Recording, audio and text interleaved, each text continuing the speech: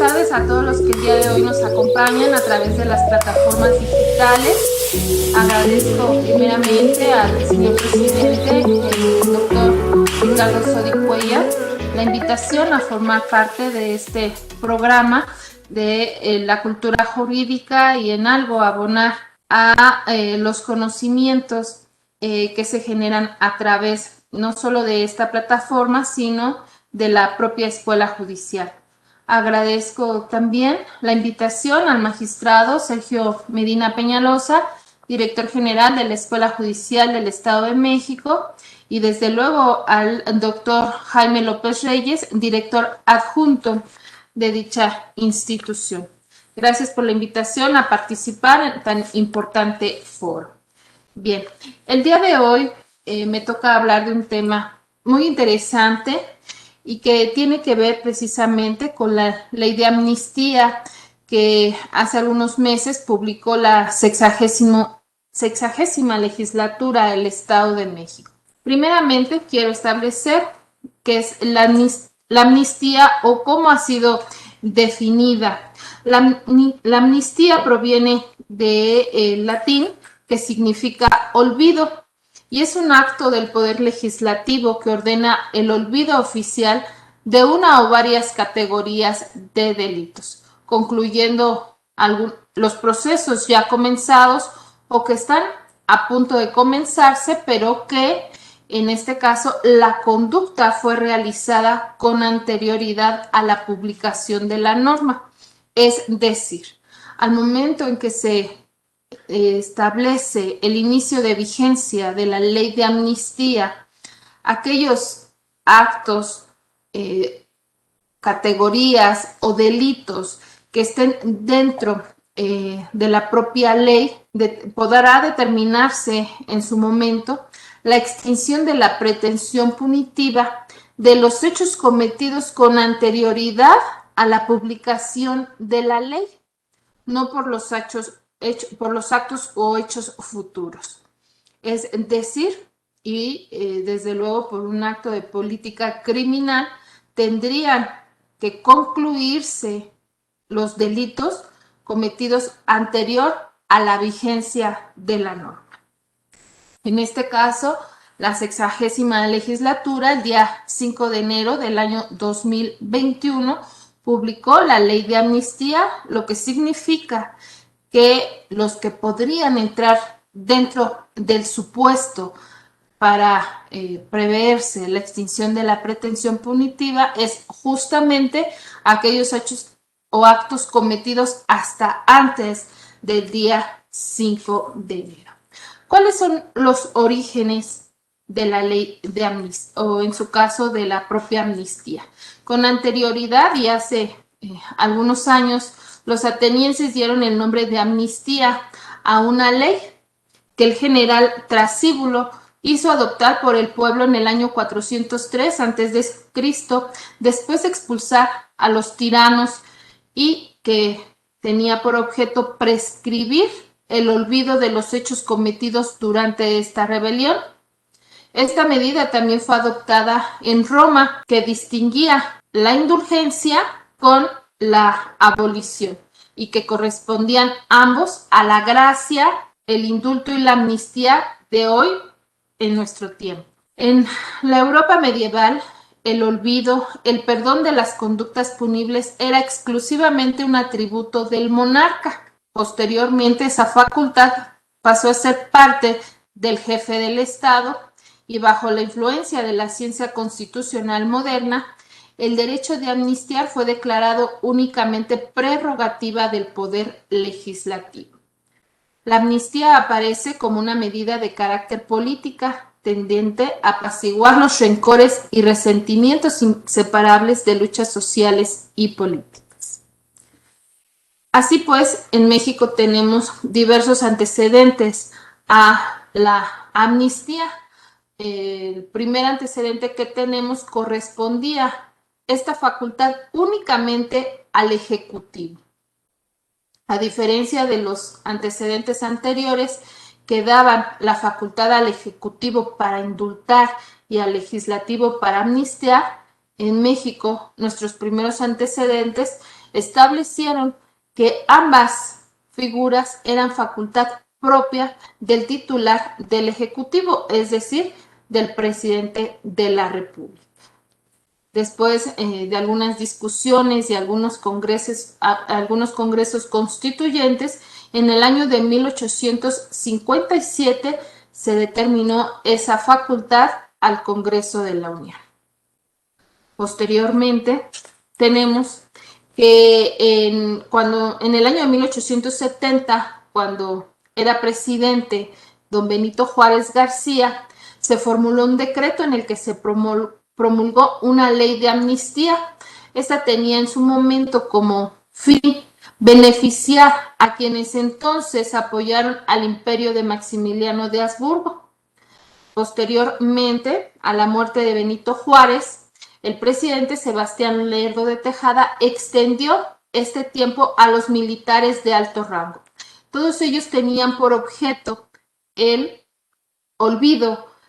justamente de aquellas personas que habían cometido hechos delictuosos como o conspiración en contra del Estado mexicano, pero que se advertía parte del ejército del imperio de Maximiliano de Habsburgo. En el año de 1937, el general Lázaro Cárdenas del Río promulgó nuevamente esta ley con la finalidad de favorecer a ciertos civiles y militares que participaron en la Revolución Mexicana. Evidentemente, como podemos advertir, se trata de cuestiones de política criminal. Posteriormente, el presidente Luis Echeverría Álvarez, en el año de 1976, promulgó nuevamente el decreto y que favoreció a aquellas personas que intervinieron en el conflicto estudiantil de 1968. Otro antecedente es el decreto señalado por el presidente José López Portillo, quien también otorgó este beneficio a ciertos militantes de grupos políticos armados que participaron en la guerrilla contra el ejército mexicano. Y finalmente, el antecedente es el generado en el año de 1994 con el entonces presidente Carlos Salinas de Gortari, quien aprobó la ley de amnistía con la finalidad de favorecer a los integrantes del Ejército Zapatista de Liberación Nacional. Recordemos que fue un movimiento armado contra el gobierno constitucional. En ese entonces, insisto, de Carlos Salinas de Gortari, y por ende se beneficiaba a aquellos participantes en esta guerrilla. Ahora bien,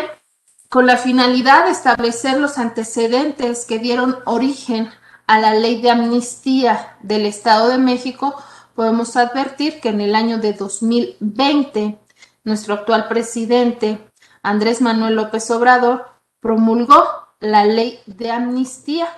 Esto con la finalidad de beneficiar, o al menos así se estableció, a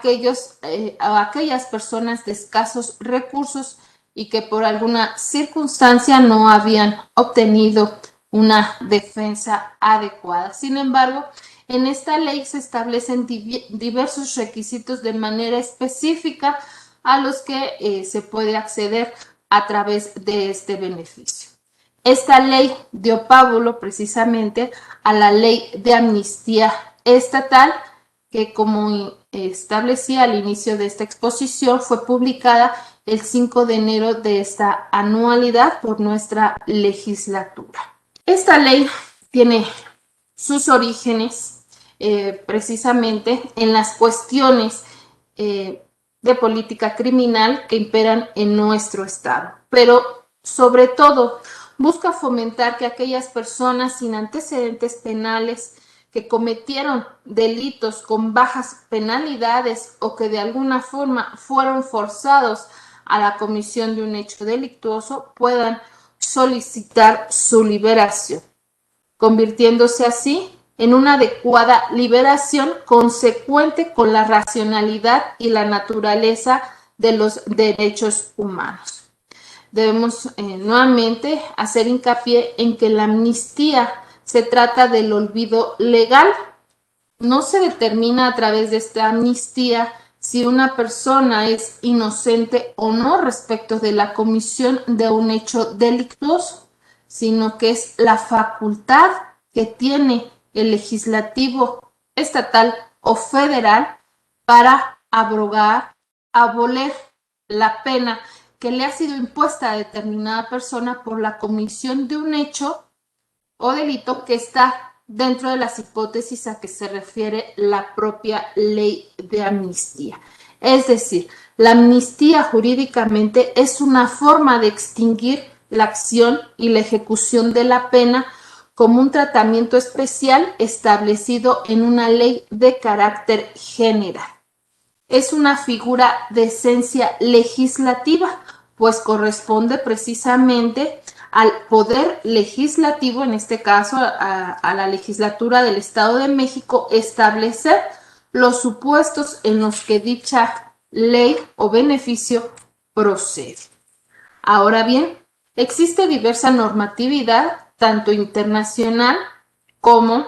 nacional, que prevén precisamente la figura de la amnistía. Tenemos las reglas mínimas de las Naciones Unidas, así como las medidas no privativas de libertad conocidas como reglas de Tokio, entre las cuales en su esencia se establece que se debe reducir la aplicación de las penas de prisión y en consecuencia racionalizar la aplicación de la justicia penal a través de medidas no privativas de la libertad. Estas mismas normas establecen que se debe poner a disposición de la autoridad competente una amplia medida de sustitutivas posteriores a la sentencia a fin de evitar en la medida de lo posible el internamiento. Mientras que en el marco normativo nacional encontramos dentro de las facultades que la ley establece tanto al Congreso de la Unión de carácter federal como a nuestra legislación local a conceder la amnistía dentro de lo que señalan los artículos 61 en su fracción 38ª de la Constitución Política del Estado Libre y Soberano de México. Así pues, también es importante considerar la actual situación que vive nuestro país y desde luego gran parte del mundo con el brote del virus conocido como SARS-CoV, COVID-19, y con ello la necesidad del legislativo y de las autoridades de tomar medidas necesarias a efecto de evitar contagios y en el caso concreto, derivado de los hacinamientos que se advierten, se encuentran vigentes en la gran mayoría de los penales del Estado de México, las condiciones de salubridad, la falta de espacios adecuados que llevó precisamente a el Congreso de nuestra entidad a generar todas las condiciones adecuadas para promulgar la ley de amnistía. Bien, la ley de amnistía publicada por nuestra legislatura prevé aquellos delitos en los que procede precisamente la aplicación de dicho beneficio que trae como consecuencia la extinción de la potestad punitiva. Dentro del artículo 4 encontramos diversos hechos delictuosos o distintas hipótesis que traen como consecuencia la extinción de la pena. Voy a hacer referencia únicamente a algunos de estos supuestos. Insisto, los mismos se encuentran dentro del artículo 4 de la propia ley, entre los que encontramos de aborto, sedición, delitos contra la salud, delitos de robo con o sin violencia, el delito de contra el ambiente, algunos otros que tienen que ver particularmente con algunas características propias de la persona procesada o sentenciada, tales como que se haya cometido por una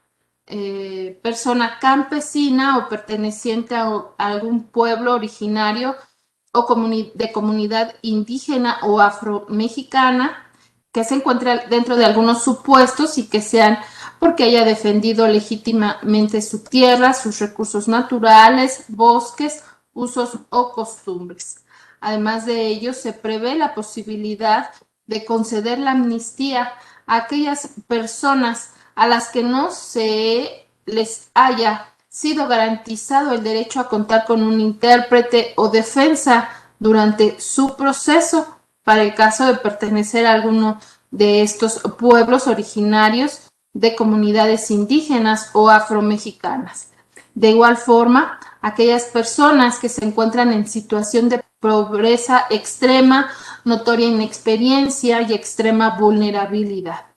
Tenemos que también la amnistía opera a favor de aquellas mujeres acusadas o sentenciadas por exceso de legítima defensa en la protección de su vida, integridad o la de sus descendientes, a personas mayores de 65 años que padezcan alguna enfermedad terminal o crónico-degenerativa, que sean sentenciadas también por el exceso de legítima defensa. El delito de resistencia, el delito de abigeato, el delito, aquellos delitos culposos, todos estos en los que además como condición sine qua non se establece la necesidad previa de hacer el pago de la reparación del daño. Posterior a la promulgación de la propia ley de amnistía y tal y como se establece dentro de dicha ley, se concedió al Consejo de la Judicatura, al Poder Judicial a través del Consejo de la Judicatura, un plazo improrrogable de 60 días para establecer los mecanismos que habrían de normar el procedimiento para sustanciar las solicitudes. Es así que el 1 de marzo del presente año, el Consejo de la Judicatura emitió mediante circular número 13 del año 2021 los lineamientos que norman el procedimiento en los órganos jurisdiccionales en materia penal a fin de sustanciar las solicitudes de amnistía conforme a la ley de amnistía. Se estableció dentro de estos lineamientos que la propia ley es de orden público, esto es, que es de aplicación general, de interés social, de observancia general y obligatoria en el Estado de México, que tiene por objeto precisamente establecer las bases que habrán de decretar la amnistía en favor de aquellas personas que estén vinculadas a proceso o bien inclusive se haya dictado una sentencia firme y que además se encuentren dentro de los delitos o supuestos establecidos en la propia ley, es decir, aquellas hipótesis que establecimos con anterioridad, el delito de abigeato, robo, delitos culposos, delitos contra la salud, sedición, resistencia, etcétera. O bien las condiciones que vimos de que sean mujeres y que hayan hecho de la legítima defensa, personas campesinas, etcétera. Solo beneficia a estas personas. Y bien, además, como requisito indispensable es que no tuvieran con anterioridad la comisión, hubiesen sido sentenciadas por la comisión de un hecho delictuoso. Dentro de todo este marco de aplicación se establecen las atribuciones correspondientes tanto al Poder Legislativo como al Poder Ejecutivo y el Poder Judicial, así como a la propia Fiscalía General de Justicia del Estado. Además de ello, se establece también quiénes serán los órganos jurisdiccionales competentes para conocer y resolver de la amnistía. Tenemos que son jueces competentes todos los órganos jurisdiccionales en materia penal, desde un juez de control de tribunal de enjuiciamiento, de control y tribunal, también especializados en el sistema integral de justicia para adolescentes, como los jueces penales de la justicia tradicional o jueces de primera instancia, los jueces de ejecución penales, aún aquellos especializados en la justicia de adolescentes y los magistrados en materia penal. ¿Y qué va a determinar la competencia de uno u otro órgano jurisdiccional? Precisamente el estatus previo en que se encuentre la persona privada de su libertad, es decir, si la persona ha sido vinculada a proceso y se encuentra dentro de una investigación complementaria, el juez competente será el juez de control. En su caso, sea un juez de control para adultos o un especializado en el sistema integral de adolescentes. En cambio, si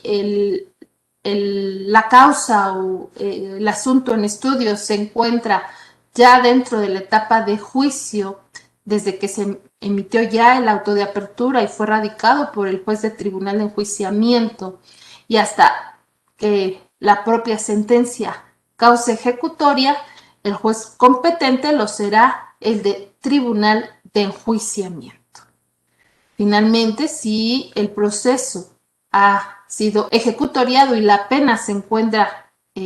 haciéndose efectiva, el juez competente lo será el juez de ejecución penal. Y los magistrados, evidentemente, si algún asunto se encuentra ventilando la segunda instancia a través de un recurso de apelación en contra de un auto de vinculación a proceso o de una sentencia definitiva, podría solicitarse la amnistía también a través de la solicitud que se realice a los magistrados en materia penal, según sea el caso, y se insiste, se determinará en razón del estado procesal que guarda el asunto en estudio. La solicitud podrá presentarse por propio derecho de la persona procesada o sentenciada privada de la libertad, o bien, si se encuentra en libertad, por la concesión de alguna medida cautelar no restrictiva de la libertad. Estas se entregarán por escrito en el área de atención al público del juzgado o tribunal de alzada correspondiente, o bien a través del tribunal electrónico, conforme los lineamientos que lo rigen, a través de una firma electrónica. Una vez que ha sido presentada la solicitud, ya sea por escrito o bien a través del tribunal electrónico, se abrirá por parte del órgano jurisdiccional encargado una carpeta que tendrá como nombre carpeta de amnistía. Esta carpeta se deberá seguir por cuerda separada a la carpeta administrativa, causa penal, expediente de ejecución o toca de apelación, según sea el caso. Y en esta se agregarán los antecedentes necesarios para solicitar la amnistía. En este caso, una vez que ha sido aperturada la carpeta de amnistía con la presentación de la solicitud,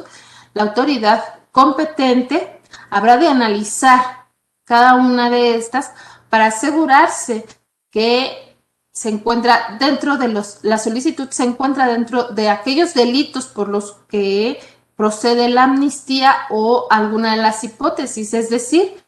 que la persona esté siendo procesada por alguno de los supuestos que establece el artículo 4 de la propia ley de amnistía y que además no opera alguna causal de exclusión. ¿Cuáles son las causales de exclusión?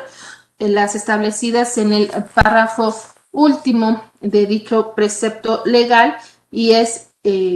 justamente donde no haya alguna sentencia previa por la comisión de uno u otro hecho, o bien que se encuentre un proceso instaurado en contra del posible beneficiario. Otra causa de exclusión, o bien que tendría como imperativo la negativa del beneficio de de la amnistía es que no se haya cubierto el pago de la reparación del daño. Una vez que el juez o magistrado analizó la solicitud, podrá determinar de tres maneras distintas. Uno, la admisión de la solicitud para el caso de que ésta sí se encuentre dentro de los supuestos y que además se advierta, se han adjuntado todos los requisitos necesarios para su trámite. Dos, la prevención para que aclare o corrija o para, en su caso, si es que no se ha pagado la reparación del daño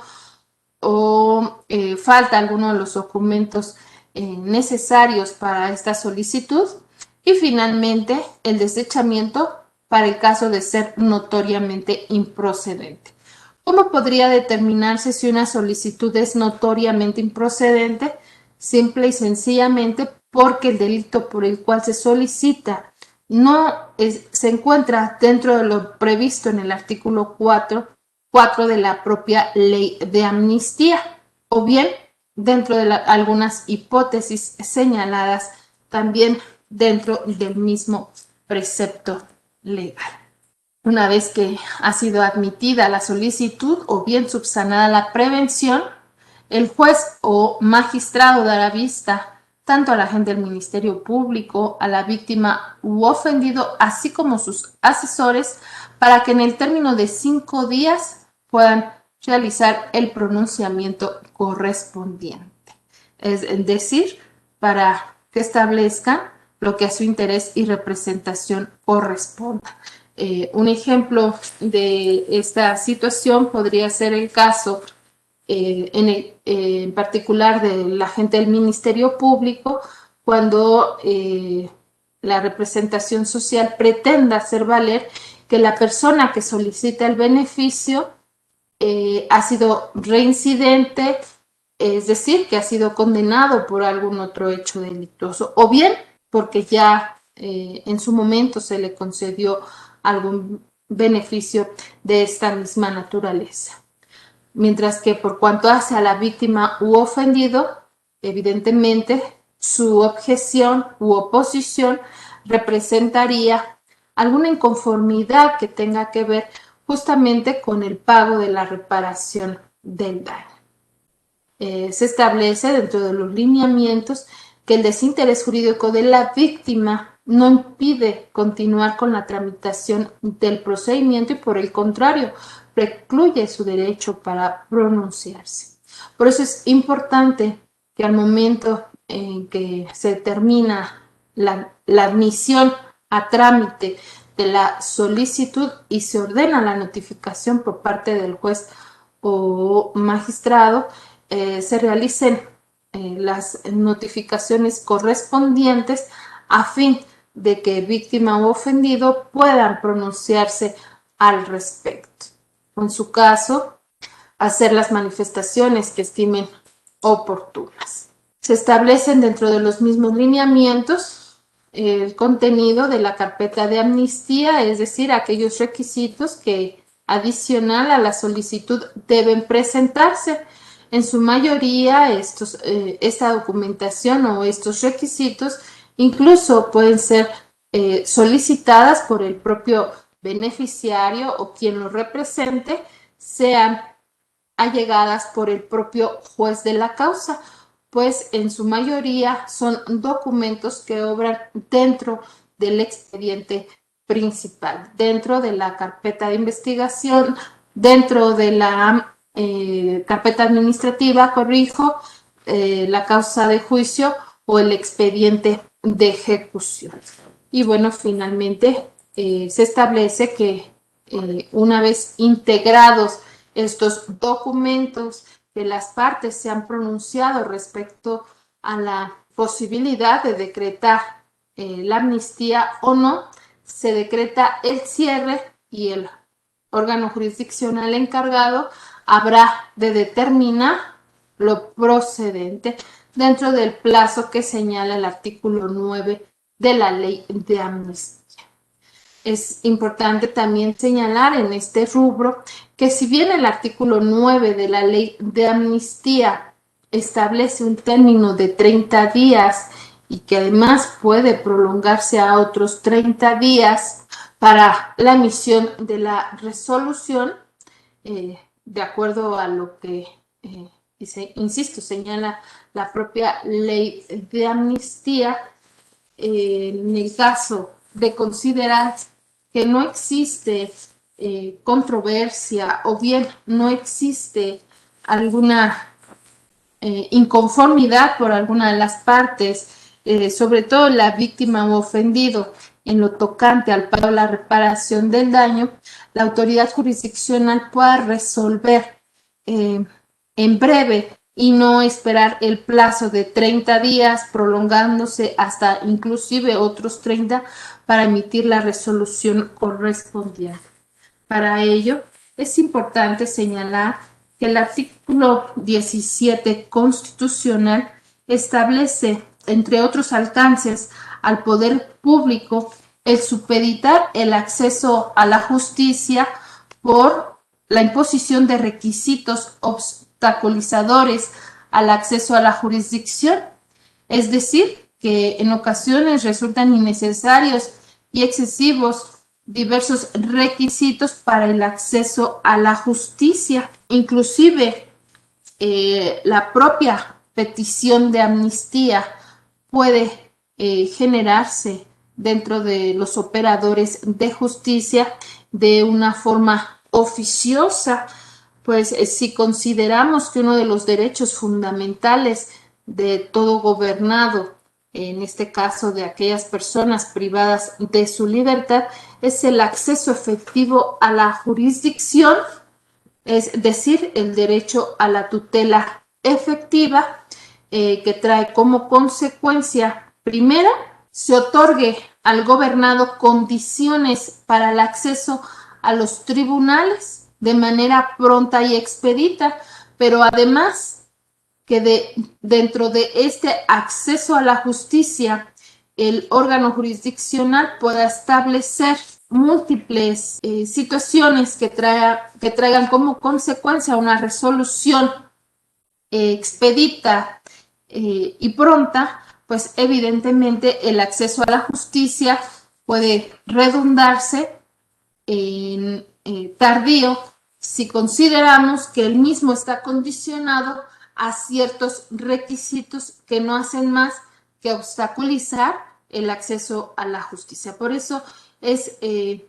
importante y un aspecto que pudiese ser de reflexión que tanto operadores como abogados, litigantes, agentes del Ministerio Público podamos considerar la aplicación de la ley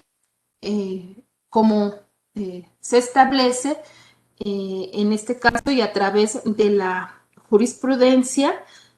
con número 42 del diagonal 2017 bajo el rubro garantía a la tutela jurisdiccional prevista en el artículo 17 de la Constitución Política de los Estados Unidos Mexicanos, un acceso a la justicia a través del cumplimiento a las garantías del debido proceso dentro de los plazos señalados en la ley. Pero, insisto, el hecho de que el artículo 9 de la ley de amnistía prevea un plazo de 30 días prolongados a otros 30 no significa que hagamos uso de la totalidad de este tiempo que marca dicha ley, sino por el contrario, si ya se cuenta con los elementos necesarios para emitir la resolución correspondiente, emitirlos de manera pronta a fin de generar un estado de derecho a favor de las personas privadas de su libertad. Y resultado de ello y de la colaboración interinstitucional precisamente entre el Poder Judicial, la propia Fiscalía, a través de los operadores de justicia, la Secretaría de Seguridad Pública Estatal, a través de la Dirección de Prevención y de Readaptación y de Reinserción Social, la Secretaría de Justicia y Derechos Humanos a través de la Fiscalía y la Comisión atención a víctimas, todos a través, insisto, de un ámbito de colaboración interinstitucional, ha hecho realidad y posible la aplicación del beneficio de amnistía. En días pasados se concedió a través de un bloque de 19 personas este beneficio dentro del Distrito Judicial de Cuautitlán, en el que 19 personas sentenciadas por delitos de los que ya se mencionaron, en el caso concreto me parece son los delitos de robo con violencia, fueron beneficiados a través de la aplicación de esta ley y por ende obtuvieron su libertad. Situación que puede replicarse en todos los penales que conforman la Dirección de Prevención y de Reinserción Social del Estado de México, con la finalidad de favorecer precisamente a aquellas personas que se encuentran dentro de los supuestos de esta ley, lo que conllevaría a beneficiar pues no solo a las personas que obtuvieron su libertad y a sus familiares, sino también esto ocasionaría una despresurización en los penales de nuestra entidad y desde luego mayores espacios, una mejor calidad de vida al interior de los mismos que favorecería la convivencia social. Es un gusto para mí hablar precisamente de este tema. Quiero señalar que en la actualidad y con información vigente y corroborada hasta el día de hoy, se han presentado 742 solicitudes de amnistía, de las cuales 340 ya fueron admitidas y se encuentran en trámite para su resolución. 147 se han dictado diversas prevenciones con la finalidad de que se incorporen aquellos documentos o aquellos requisitos que el juez estimó hacen falta para integrar la carpeta de amnistía. 235 que fueran desechadas de plano por no encontrarse dentro de los supuestos a que refiere el artículo 4 de la ley de amnistía, y 20 aún se encuentran en estudio para determinar si son de admitirse o desecharse. De estas 742, 59 han sido resueltas, 55 han sido favorables, es decir, 55 personas han obtenido su libertad gracias a la aplicación de la ley de amnistía y 4 se han determinado improcedentes. Ahora, de estas mismas 742 solicitudes, 280 fueron presentadas por propio derecho del imputado, 437 por su defensor, 25 por algún familiar. Además, también debo señalar el Poder Judicial del Estado de México, desde luego enterado de la importancia de la aplicación de esta norma, una vez que la misma fue publicada, generó un curso de capacitación a operadores del sistema, curso de capacitación en el que se incluyeron servidores judiciales, defensores públicos, agentes del Ministerio Público, representantes de la Comisión de Derechos Humanos, de algunas barras de abogados. Esto con la finalidad de generar una capacitación constante y de especialización propiamente en ejecución penal y la ley de amnistía. Se estableció o se dio prioridad justamente al área de ejecución, dado que de los estudios previos que se realizaron se estimó que el 80% de las solicitudes de amnistía se harían efectivas en el juzgado de ejecución penal porque son justamente las personas ya sentenciadas y ejecutando una pena, quienes mayormente ocupan el grosso de la población penitenciaria de nuestra entidad. A raíz de estas capacitaciones, también el Poder Judicial hizo la designación de 5 jueces en materia de ejecución penal, 8 secretarios de primera instancia, 8 notificadores y 8 oficiales judiciales, además, desde luego, de la plantilla de todos los órganos jurisdiccionales, con la única finalidad de contar con personal capacitado y suficiente a fin de sustanciar en tiempo y forma las solicitudes de amnistía. Y bien, en términos generales, se ha establecido el concepto general, cuáles fueron los antecedentes que dieron origen a la ley de amnistía estatal y cuáles fueron las circunstancias que consideró la legislatura para emitir la propia ley que nos es vigente hasta este momento. Por su atención, muchas gracias.